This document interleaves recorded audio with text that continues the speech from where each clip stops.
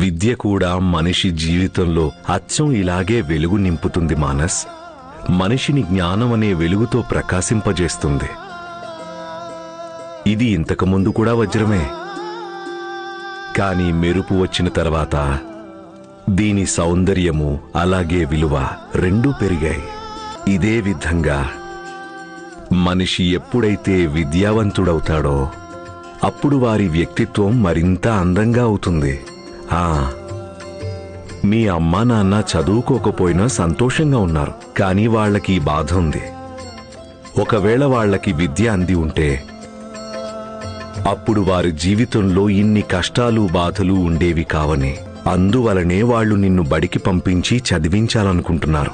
ఇప్పుడిది నువ్వే నిర్ణయించుకోవాలి మానస్. ఏ వజ్రంలాగా ఉండాలో, ముడి వజ్రమా లేక ఈ మెరిసే